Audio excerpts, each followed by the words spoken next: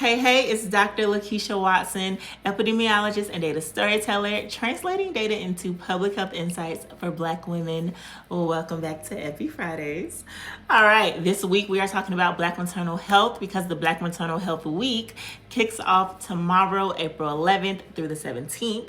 And the Black Maternal Health Week, it is led by the Black Mamas Matter Alliance, and it really centers the reality that Black maternal health is not just a health issue, it's a justice one. And that's what we're talking about today. So let's get into it. So maternal health goes beyond individual behavior, right? It goes beyond what you eat, how often you go to the doctor, whether you follow medical advice. Because when you look at the data, that explanation doesn't exactly hold up when it comes to what's going on with maternal health outcomes among Black women. In the United States, Black women are more than 3 times as likely to die from pregnancy-related causes compared to white women, and over 80% of those deaths are preventable. Yes, preventable. So if the outcomes are preventable and the gap is this wide, we have to shift and ask a different question, like what is the system doing or failing to do? And what research continues to show is that if you don't center Black women in how we study maternal health, you're going to miss what's actually driving these outcomes, because Black women have been telling us what's been wrong, been very vocal, okay? The issue is that the system hasn't been built to listen.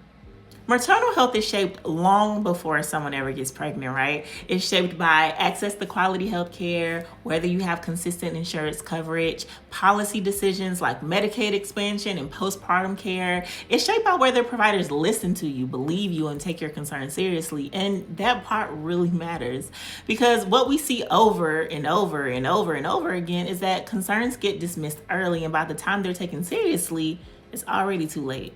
We also know that a significant number of Black women report experiencing mistreatment during maternity care. So we're not just talking about access, we're talking about quality, about safety, about dignity. And this is what we mean when we say that maternal health is a justice issue, because this isn't just one thing, right? It's how multiple systems show up at the same time. And when those systems overlap, so systems like healthcare, policy, structural racism, when those systems overlap, that is where we see the disparities widen. And when you really look at it, this isn't just about what you do as an individual. It's actually not about that at all. Because even when you do everything right, the outcomes still aren't the same. And that reaffirms that something bigger is going on. It lets us know that this is about risk, about bias, about systems that were not designed with Black women in mind. And the solutions exist, right? But the question is whether systems are willing to change. So this conversation really is about accountability. Accountability for systems that fail to provide equitable care, accountability for policies that create gaps instead of closing them, accountability for a healthcare system that too often does not protect Black women at one of the most critical moments in our lives.